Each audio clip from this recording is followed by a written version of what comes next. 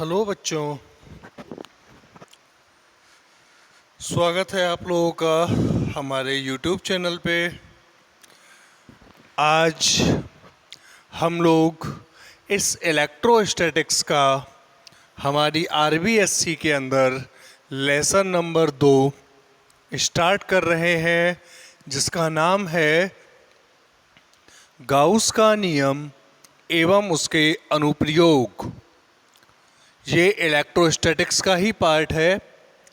पहले ये दोनों लेसन एक ही लेसन में आते थे, लेकिन नए आरबीएससी के पैटर्न के अकॉर्डिंग इन दोनों को अलग अलग कर दिया। ठीक है, अब ये दो लेसन बना दिए हैं हमारे फिलहाल के सिलेबस में, तो मैं भी इसको अलग कर रहा हूँ।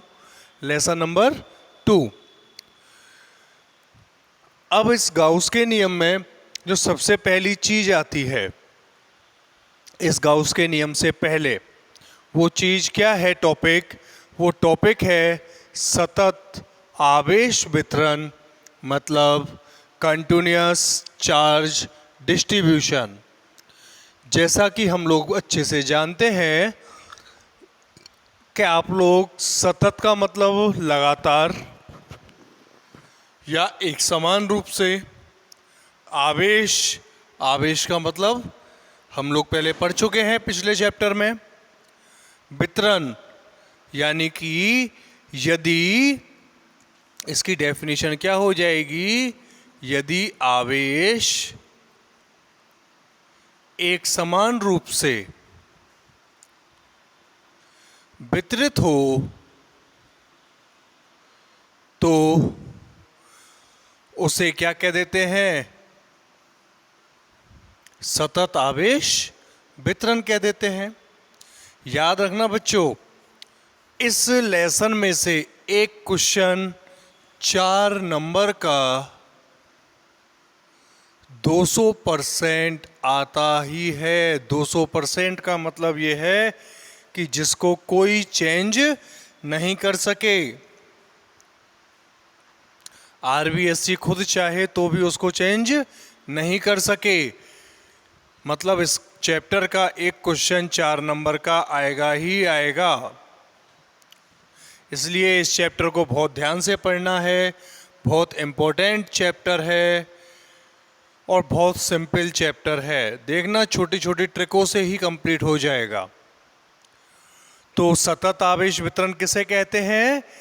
यदि आवेश एक समान रूप से वितरित हो। अब एक समान रूप से वितरित तो हो, लेकिन वितरित कहाँ हो? 3 चीजें हो सकती हैं। कौन कौन सी? जैसे कोई रेखा है, उस रेखा पर आवेश एक समान रूप से वितरित हो जाए,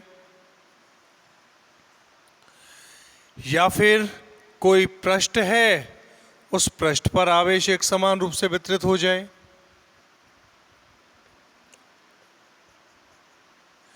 या किसी आयतन में आवेश एक समान रूप से वितरित हो जाए।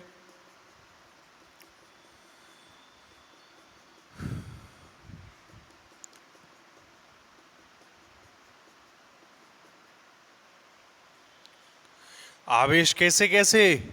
या तो किसी रेखा के ऊपर, और जब रेखा के ऊपर वितरित होता है आवेश तो उसे क्या कह देते हैं हम लोग?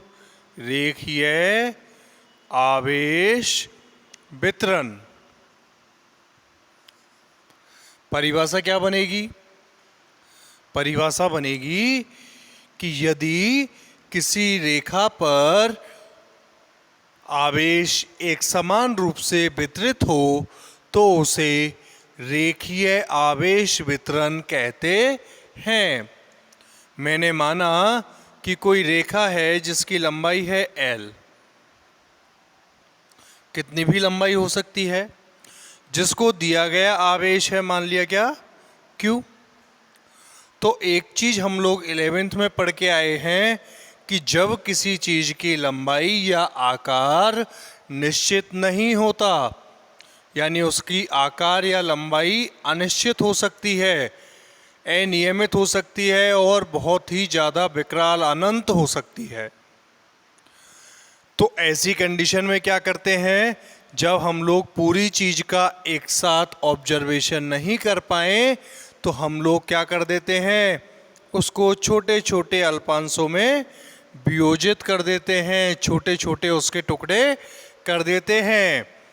तब इसी रेखा का मैंने एक छोटा सा टुकड़ा लिया जिसकी लंबाई कितनी है, पूरे की लंबाई L, तो इसका एक छोटा सा भाग मतलब dl। भाई dl, d अपकलन को व्यक्त करता है और अपकलन क्या होता है, मानों को छोटा करता है। आप लोगों ने पढ़ा होगा मैथमेटिक्स में एक्स स्क्वायर का अपकलन 2x होता है, एक्स क्यूब का 3x स्क्वायर होता है, यानी घातें लगातार क्या हो रही है, कम होती हैं। तो जब हम किसी बड़ी चीज़ को छोटे टुकड़ों में करते हैं तो छोटे टुकड़े किस तरीके से मानते हैं, उसके आगे d लगा देते हैं। पढ़ा है ना पहले, d या डेल पढ़ा है, एक समान गति असमान गति। v2 उसमें किया था आप लोगों ने, v2 vector minus b1 vector upon t2 minus t1, जिसको कर दिया था आप लोगों ने del v vector y del t। इसमें लिमिट लगाई थी if del t tends to 0, then जब लिमिट लगा देता हूँ कि limit del t tends to 0 तो उसको क्या कर देते हैं हम लोग, dv बाई dt। किया था कि नहीं किया था? तो मैंने ये पूरे स्टेप एक साथ ख़त्म कर दिए और पूरे स्टेप ख़त्म करके सिर्फ स्टेप क्या लिया है, उसको d के रूप में डायरेक्ट ही तोड़ दिया है। तो हम लोग सीधा सा क्या याद रखेंगे कि जब किसी बड़ी चीज़ के छोटे छोटे टुकड़े किए जाते हैं तो उसके आगे d लगा देते हैं। जब इसकी लंबाई को मैंने बहुत छोटा कर दिया तो इस छोटी सी लंबाई के ऊपर आवेश का मान भी छोटा हो जाएगा। पूरी लंबाई के ऊपर Q आवेश है तो dl लंबाई पर आवेश क्या होगा, dq। क्या होगा, dq। ठीक है, तो रेखीय आवेश वितरण की परिभाषा क्या बन जाएगी, ये क्या कहेगा, एकांक लंबाई पर आवेश का मान रेखीय आवेश घनत्व कहलाता है, जिसे व्यक्त करते हैं लैम्ब्डा से। तो फॉर्मूले के हिसाब से क्या बन गया लैम्ब्डा, लैम्ब्डा बराबर हो गया मेरा क्या, dq बाई dl। जहाँ लैम्ब्डा किसको व्यक्त कर रहा है, रेखीय आवेश घनत्व को, और इसका मात्रक क्या हो गया, कूलाम पर मीटर। ये पूछा जाता है रेखीय आवेश घनत्व किसे कहते हैं, एकांक लंबाई पर आवेश का मान या एकांक लंबाई पर वितरित आवेश का मान रेखीय आवेश घनत्व कहलाता है, जिसे लैम्ब्डा से व्यक्त किया जाता है। आ गया बच्चों समझ में?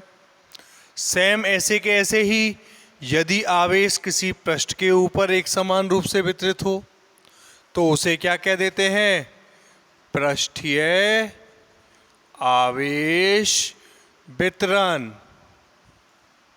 क्या बोल देते हैं, पृष्ठीय आवेश वितरण। और यहाँ से परिभाषा किसकी निकल के आती है, पृष्ठ आवेश घनत्व की। जो किसे कहोगे, वही पूरे का क्षेत्रफल A है मान लिया और पूरे A क्षेत्रफल पर आवेश क्या है, Q। तो पूरे का ऑब्जर्वेशन एक साथ नहीं कर सकता तो एक छोटा सा टुकड़ा ले लिया जिसका क्षेत्रफल क्या है, dA है। और जब क्षेत्रफल dA है तो इस पर आवेश भी क्या हो गया, dQ। तो इसकी परिभाषा क्या बनेगी, एकांक क्षेत्रफल पर वितरित आवेश का मान एकांक क्षेत्रफल पर वितरित आवेश का मान पृष्ठ आवेश घनत्व कहलाता है। इसे व्यक्त करते हैं सिग्मा से, और सिग्मा बराबर हो जाता है dq/dA। बना दोगे ना परिभाषा? यहां से क्या हो जाएगी? एकांक क्षेत्रफल पर वितरित आवेश क्या कहलाता है? पृष्ठ आवेश घनत्व। मात्रक क्या हो जाएगा? कूलाम पर मीटर स्क्वायर। सेम ऐसे के ऐसे ही पूरे का क्षेत्रफल भी मान लें, सॉरी पूरे का आयतन क्या मान लूं? v आयतन में आवेश क्या मान लिया? q। पूरे का एक साथ ऑब्जर्वेशन नहीं कर सकता तो आयतन का छोटा सा टुकड़ा ले लिया, क्या? dv, जिस पर आवेश क्या हो गया? dq।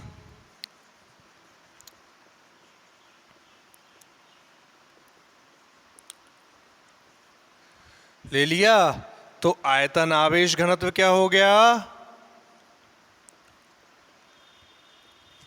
रो से व्यक्त करते हैं इसको, तो रो बराबर क्या हो गया? dq/dv। मात्रक क्या हो गया? कूलाम पर मीटर क्यूब। तो यहां तक कितनी परिभाषाएं पढ़ी मैंने? 7 परिभाषाएं पढ़ी। कौन कौन सी? पहली पढ़ी मैंने किसकी? सतत आवेश वितरण की। किसे कहते हैं? कि यदि किसी पृष्ठ पर आवेश एक समान रूप से वितरित हो तो उसे सतत आवेश वितरण कहते हैं। ठीक है बच्चों। फिर मैंने परिभाषा पढ़ी है किसकी? कि भाई सतत आवेश वितरण 3 प्रकार का होता है। कौन कौन सा? पहला रेखीय आवेश वितरण, दूसरा पृष्ठ आवेश वितरण, तीसरा आयतन आवेश वितरण। रेखीय आवेश वितरण किसे कहते हैं? कि यदि किसी रेखा पर आवेश एक समान रूप से वितरित हो, यदि किसी रेखा पर आवेश एक समान रूप से वितरित हो तो उसे रेखीय आवेश वितरण कहते हैं। यहीं से परिभाषा निकल के आती है किसकी?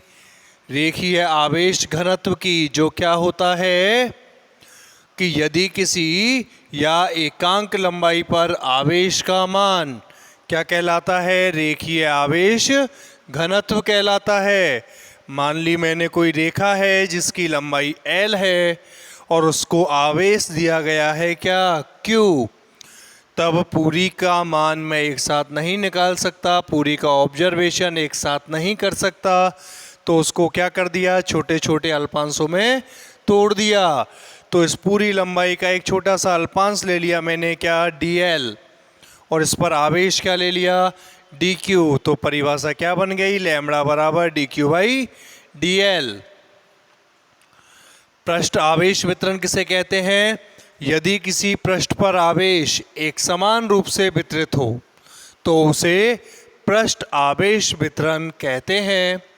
मान लिया कोई पृष्ठ है जिसका क्षेत्रफल a है और उस पर आवेश का मान q है, तब पृष्ठ आवेश घनत्व क्या हो जाएगा? एकांक क्षेत्रफल पर आवेश का मान उसका पृष्ठ आवेश घनत्व कहलाता है, जिसे व्यक्त करते हैं सिग्मा से, और सिग्मा बराबर होता है dq/dA, यानी कूलाम पर मीटर स्क्वायर। तीसरा होता है आयतन आवेश वितरण, जो किसे कहते हैं? यदि किसी आयतन पर आवेश एक समान रूप से वितरित हो तो उसे आयतन आवेश वितरण कहते हैं। यहीं से परिभाषा निकलती है आयतन आवेश घनत्व की, जिसे व्यक्त करते हैं रो से, और रो बराबर क्या होता है? एकांक आयतन पर आवेश का मान आयतन आवेश घनत्व कहलाता है जिसका मात्रक होता है कूलाम पर मीटर क्यूब। ठीक है बच्चों, एक बार इसका स्क्रीनशॉट ले लो। नेक्स्ट टॉपिक जो मेरा इस चैप्टर का आता है बहुत इम्पोर्टेंट टॉपिक है और ये मानो आप लोग के इस इलेक्ट्रोस्टैटिक्स की जान है। बिना इस टॉपिक के इलेक्ट्रोस्टैटिक्स स्टार्ट ही नहीं हो सकता। मतलब जो मुझे ऑब्जर्वेशन करने हैं उसके लिए ये बुनियाद है, ढांचा है, इसका नींव है। और मकान की नींव जितनी अच्छी होती है मकान उतना ही टिकाऊ बनता है। इसलिए बच्चों आप लोगों को इस टॉपिक को समझना बहुत ज़रूरी है। अब टॉपिक का नाम क्या है? टॉपिक का नाम है विद्युत फ्लक्स, इलेक्ट्रिक फ्लक्स। विद्युत फ्लक्स क्या होता है? एक तरीके से मैं इसको एक लाइन में यदि परिभाषा बोलूं एक छोटी सी, तो छोटी सी परिभाषा क्या होगी कि किसी पृष्ठ से या किसी बंद पृष्ठ से गुजरने वाली विद्युत बल रेखाओं की संख्या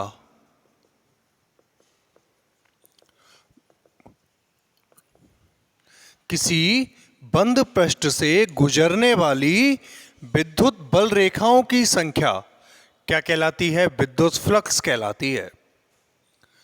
लेकिन ये परिभाषा हमको एग्जाम में नहीं लिखनी है। एग्जाम के लिए परिभाषा मैं बताऊंगा अभी, जब मैं इसको सॉल्व करके बताऊंगा वो परिभाषा लिखनी है। लेकिन फिलहाल समझने के लिए एक लाइन, तो किसी बंद पृष्ठ मतलब पृष्ठ कैसा होना चाहिए? क्लोज होना चाहिए, पूर्णतया बंद होना चाहिए। किसी बंद पृष्ठ से गुजरने वाली विद्युत बल रेखाओं की संख्या को। अब आप लोग कहोगे सर कैसे? तो भाई मैंने मान लिया कि कोई एक पृष्ठ है जो कैसे रखा हुआ है, जैसे यूं खड़ा, जैसे मेरा हाथ है और इस पे विद्युत बल रेखाएं ऐसे जा रही हैं, या फिर जो विद्युत क्षेत्र है वो विद्युत क्षेत्र इस तरीके से है। ठीक है, यूं बाहर जा रहा है। तो पृष्ठ कैसे है? ये इस तरीके से, और इस पृष्ठ पे ये विद्युत क्षेत्र की दिशा है। पृष्ठ का क्षेत्रफल मैंने क्या मान लिया? ए है मान लो पूरे का। तो मैंने आपको बताया था कि इस पृष्ठ का आकार कुछ भी हो सकता है, बड़ा भी हो सकता है और छोटा भी हो सकता है। तब वेक्टर ई या इस पूरे क्षेत्रफल को मैं एक साथ नहीं निकाल सकता, तो मैंने मान लिया कि इसका एक अल्पांश क्षेत्रफल है, क्या? DA vector. और उस अल्पांश क्षेत्रफल से मुझे गुजरने वाली विद्युत बल रेखाएं निकालनी है। गुजरने वाली विद्युत बल रेखाएं मतलब विद्युत क्षेत्र। तो डीए वेक्टर अल्पांश क्षेत्रफल से संबंधित विद्युत फ्लक्स, भाई अल्पांश है, फ्लक्स को व्यक्त करते हैं किससे? फाई से। संपूर्ण पृष्ठ का तो होगा क्या? Flux phi. और जब अल्पांश क्षेत्रफल है तो फ्लक्स क्या होगा? फ्लक्स भी अल्पांश होगा। क्या होगा? D phi. डी फाई बराबर vector E dot D A vector. Fix property है vector E dot D A vector. Vector E विद्युत क्षेत्र में अल्पांश क्षेत्रफल डीए वेक्टर से संबंधित विद्युत फ्लक्स क्या होगा? डी फाई बराबर vector E dot D A vector होता है। किससे? इस अल्पांश क्षेत्रफल से होता है। तो भाई संपूर्ण क्षेत्रफल से संबंधित विद्युत फ्लक्स क्या होगा? संपूर्ण। सर ये तो मैंने मैकेनिक्स में बहुत पढ़ा है और मैथ वाले सर ने भी बहुत पढ़ाया है। क्या? कि जब बहुत सारी चीज़ों को टोटल करना हो, क्या करना हो, टोटल करना हो, ऐड करना हो, तो ऐड कैसे करते हैं, उस पूरे पृष्ठ का क्या कर दो, समाकलन कर दो। समाकलन का मतलब क्या होता है, एडिशन यानी योग। छोटा सा मान दे रखा है मुझे और पूरे का निकालना है। आप लोगों ने 11वीं क्लास में चैप्टर नंबर 7 में पढ़ा है, दृढ़ पिंड गतिकी में। संपूर्ण के लिए क्या करते हैं, समाकलन करते हैं। और नहीं पढ़ा तो आज के बाद याद रखना, कहीं भी संपूर्ण निकालना हो, पूरे का एक साथ निकालना हो, तो उसके लिए हम लोग क्या कर देते हैं, समाकलन का उपयोग करते हैं। ठीक है बच्चों। अब समाकलन हो गया तो फाई बराबर क्या हो गया, डी फाई की वैल्यू क्या है, क्या है, vector E dot D A vector है या नहीं। यहां आप लोगों को दिख रहा है vector A dot vector B, कि हाँ सर दिख तो रहा है, और इसको हम लोग जानते भी हैं कि ये क्या होता है, ए बी कॉस थीटा होता है। पढ़ा हुआ है पहले मैथमेटिक्स में, फिजिक्स में भी पढ़ाया होगा सर ने। ये क्या हो गया, E D A cos theta. अब मुझे एक चीज बताओ कि इस क्षेत्रफल और विद्युत क्षेत्र दोनों की दिशा क्या है। पृष्ठ ये है, ये इसकी लंबाई है, ये इसकी चौड़ाई है, तो क्षेत्रफल यही तो हो गया, और ये इसका विद्युत क्षेत्र है। इसी तरीके से है कंडीशन, ये पृष्ठ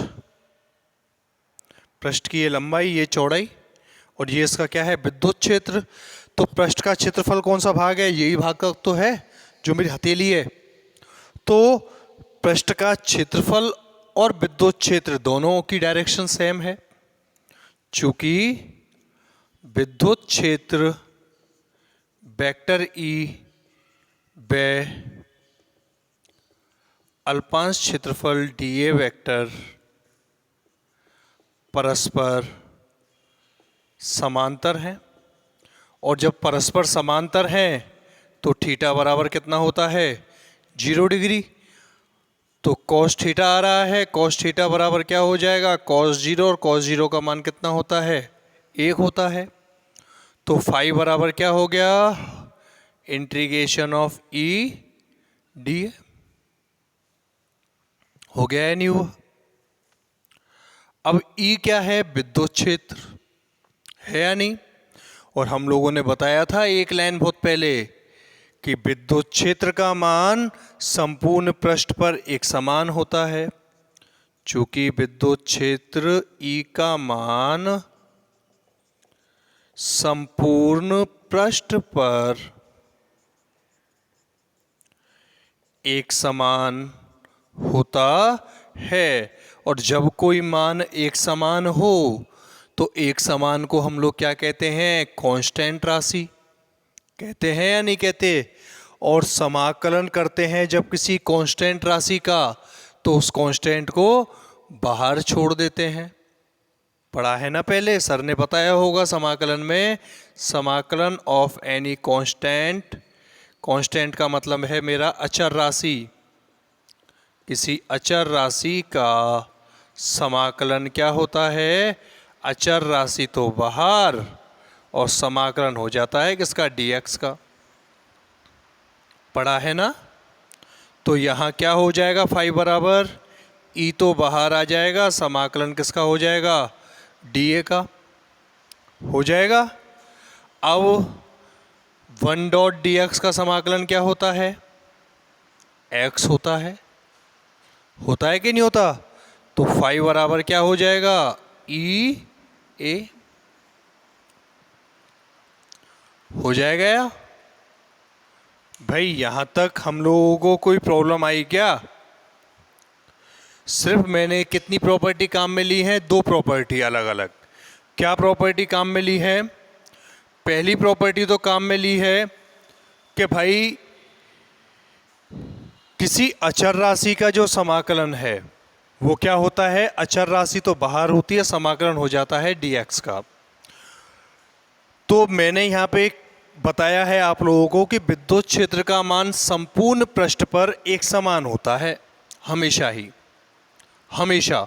जब आवेश एक समान रूप से वितरित होता है किसी पृष्ठ पर, तो उस पर विद्युत क्षेत्र भी तो एक समान ही होगा, कि नहीं होगा?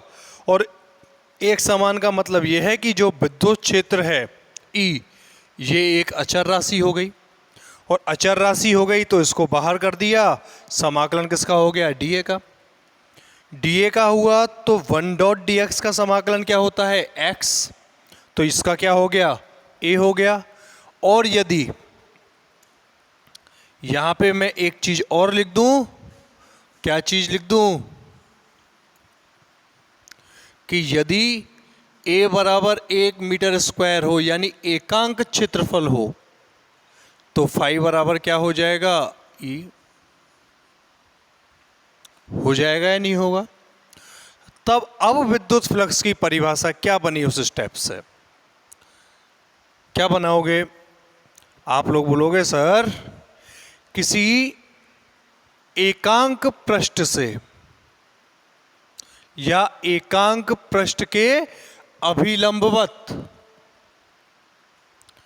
किसी एकांक पृष्ठ के अभिलंबवत, या दूसरे तरीके से बोलूं,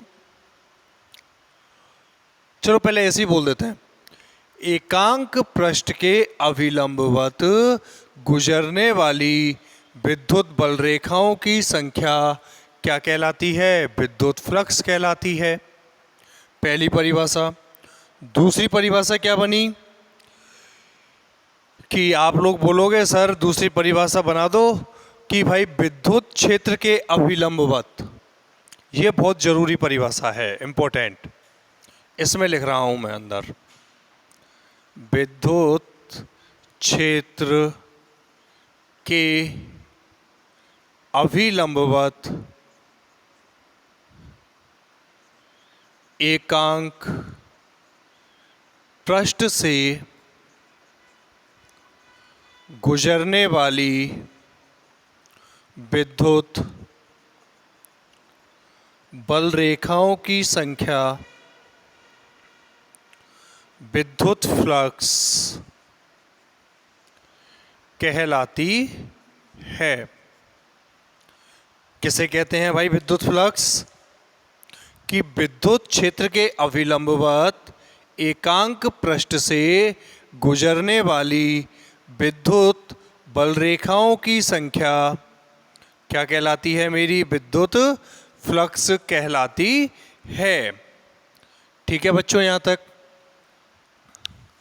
इधर का साफ कर देता हूं मैं थोड़ा सा।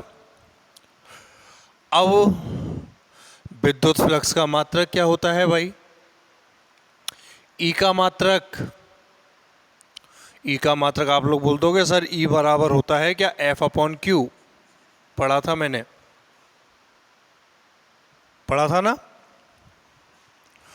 तो ई का मात्रक क्या हो गया? न्यूटन पर कूलाम, इनटू में ए है, ए का मात्रक क्या हो गया? Metre square. तो इसका मात्रक क्या होता है? ये बहुत इंपॉर्टेंट क्वेश्चन है, ये पूछा गया है पहले एग्जाम में।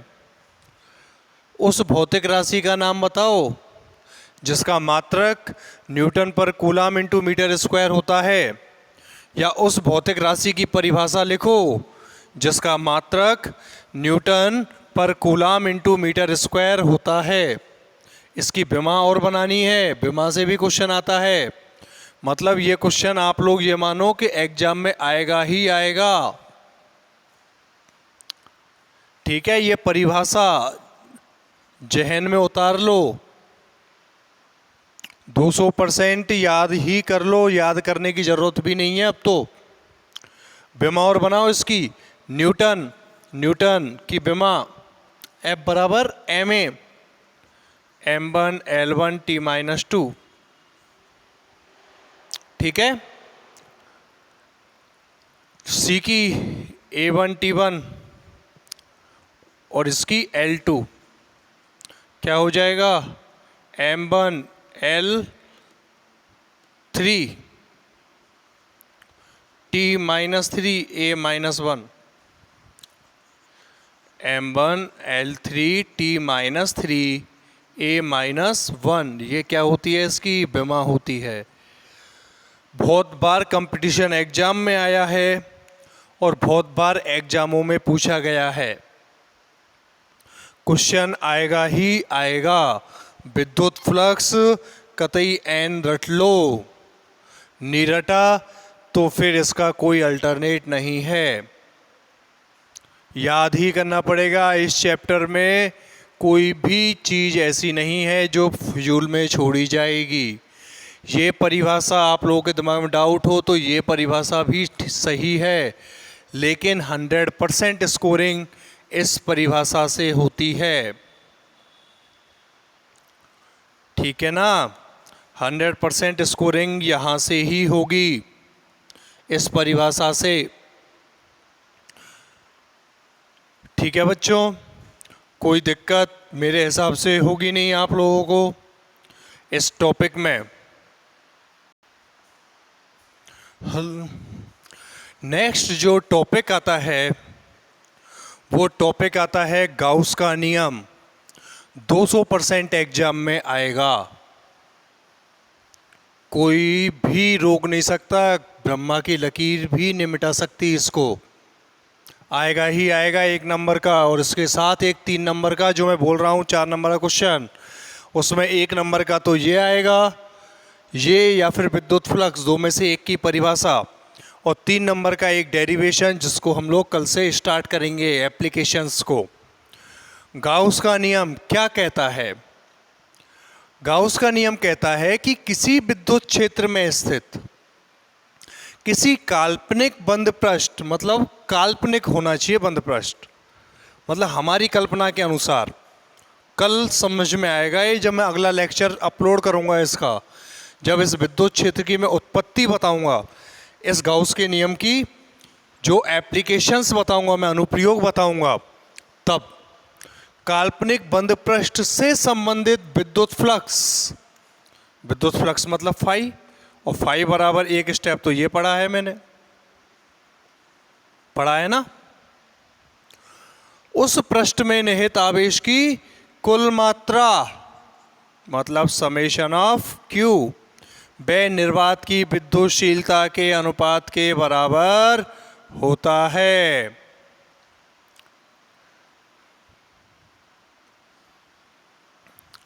यानी कि स्टेप क्या बन जाएगा? फाई यानी विद्युत फ्लक्स बराबर whole integration of vector E dot D A vector is equal to summation Q upon epsilon naught. ठीक है बच्चों, स्टेटमेंट एक बार हम लोगों को याद हो जाए, इसलिए मैं इसको आज के वीडियो में शेयर कर रहा हूं। ठीक है ना? क्या बन गया? किसी काल्पनिक बंद पृष्ठ से संबंधित कुल विद्युत फ्लक्स, उसमें निहित आवेश की कुल मात्रा व निर्वात की विद्युतशीलता के अनुपात के बराबर होता है। अब ये समेशन ऑफ क्यू जो है ये बहुत इंपॉर्टेंट रोल निभाता है अपना। क्या रोल निभाता है? यदि समेशन ऑफ क्यू आया पॉजिटिव, कैसा आया? पॉजिटिव, 2 वैल्यू हो सकती हैं इसकी, या फिर समेशन ऑफ क्यू बराबर क्या हो सकता है? नेगेटिव हो सकता है। यदि पॉजिटिव आएगा तो पॉजिटिव आने का मतलब यह है कि विद्युत फ्लक्स उस पृष्ठ से निर्गत होगा, और यदि नेगेटिव आएगा तो विद्युत फ्लक्स प्रवेशित होगा। मतलब ये कि यदि ये समेशन ऑफ क्यू धनात्मक होगा तो विद्युत बल रेखाएं बाहर निकलेंगी, और यदि समेशन ऑफ क्यू ऋणात्मक होगा तो विद्युत बल रेखाएं अंदर आएंगी। वही नियम है, याद आ गया होगा आपको। प्लस क्यू आवेश के कारण विद्युत क्षेत्र की दिशा बाहर की ओर, माइनस क्यू आवेश के कारण अंदर की ओर। सेम उसको यहां लगा दो, विद्युत फ्लक्स या फिर विद्युत बल रेखाएं।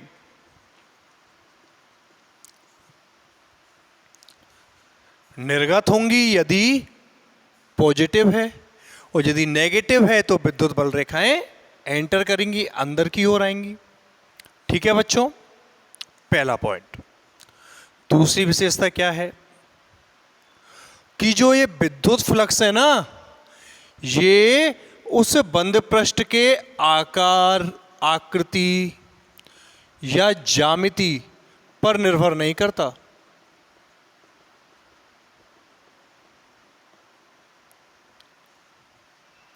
ये उस बंद पृष्ठ के आकार, आकृति या ज्यामिति पर निर्भर नहीं करता। तो किसके ऊपर निर्भर करता है? सिर्फ आवेश पर, सिर्फ आवेश पर निर्भर करता है। तीसरी कंडीशन आप कहोगे सर अगर मान लो किसी पृष्ठ में जितनी बल रेखाएं प्रवेशित हो रही हैं उतनी ही बाहर निकल रही हैं, जितनी बल रेखाएं प्रवेशित हो रही हैं उतनी ही बाहर निकल रही हैं, तो उसके विद्युत फ्लक्स का मान क्या होगा? 0 होगा। या मैं दूसरी भाषा में बोल दूं, यदि आवेशों की कुल मात्रा 0 है, चाहे उस पृष्ठ के अंदर आवेश तो हो, जैसे ये कोई पृष्ठ है, उसके अंदर आवेश तो हो +2q -2q +3q -3q, इस पृष्ठ के अंदर आवेश है, तो इसके अंदर फ्लक्स का मान क्या होगा भाई? आप लोग कहोगे सर फ्लक्स याद करना है तो फाई बराबर क्या करो? समेशन q/ε0 करो। समेशन q की वैल्यू क्या हो जाएगी? +2q -2q +3q -3q upon ε0। 2q से ये गया, 3q से ये गया, क्या बच गया? 0/ε0 बराबर क्या हो गया? 0। तो विद्युत फ्लक्स का मान क्या रह गया? 0। चाहे उस पृष्ठ के अंदर कितने भी आवेश हों, लेकिन यदि उनका बीजगणितीय योग समस्त आवेशों का 0 है तो उसके विद्युत फ्लक्स का मान भी 0 ही होगा। ठीक है, यदि किसी पृष्ठ के अंदर समस्त आवेशों का बीजगणितीय योग 0 है तो उससे संबंधित विद्युत फ्लक्स का मान भी 0 होगा। कब कब 0 होगा? जितनी बल रेखाएं यानी कि प्रवेशित विद्युत बल रेखा बराबर हो जाएं निर्गत विद्युत बल रेखाओं के, या फिर दूसरी कंडीशन क्या है कि कुल आवेश क्या हो? 0 हो, तो विद्युत फ्लक्स का मान 0 हो जाएगा। स्टेटमेंट को ढंग से याद करना है, समझना है, और कोई प्रॉब्लम आती है तो उसको कमेंट बॉक्स में लिखना है। बाकी आप लोग वीडियो कंप्लीट नहीं देख रहे हो, ये मैं आप लोगों से वापस कह रहा हूँ एक बार और, वीडियो पूरा देखें, प्रत्येक वीडियो को पूरा देखें, और वीडियो कंप्लीट देखने के बाद उसमें नीचे कमेंट बॉक्स में जाके अपना नाम लिखें। जो बच्चा ऐसा नहीं कर रहा है वो 100% नुकसान का भागीदार होगा। ये चैप्टर यदि कंप्लीट हो जाता है हमारा, तो हम लोग ये मानो कि पहला चैप्टर और लेसन नंबर 2 दोनों को मिला के कम से कम बोर्ड में 5 नंबर 56 में से पूरे हो गए। 5 नंबर कोई भी नहीं काट सकता आपके, और 100% क्वेश्चन आएगा ही आएगा। नहीं आए तो ये मेरी गारंटी है। आप लोग चैनल को लाइक करो, सब्सक्राइब करो। चैनल में नीचे एक लाल कलर की घंटी बंधी हुई है, उस पर क्लिक करना है ताकि मेरे पास आप लोगों के मैसेज पहुंचते रहें। और आप लोग कमेंट बॉक्स में जाके अपना नाम ज़रूर लिखें ताकि मुझे ये मालूम चले कि किस बच्चे को क्या समस्या आ रही है, और मैं उसका सटीक हल आप लोगों तक पहुंचा सकूं।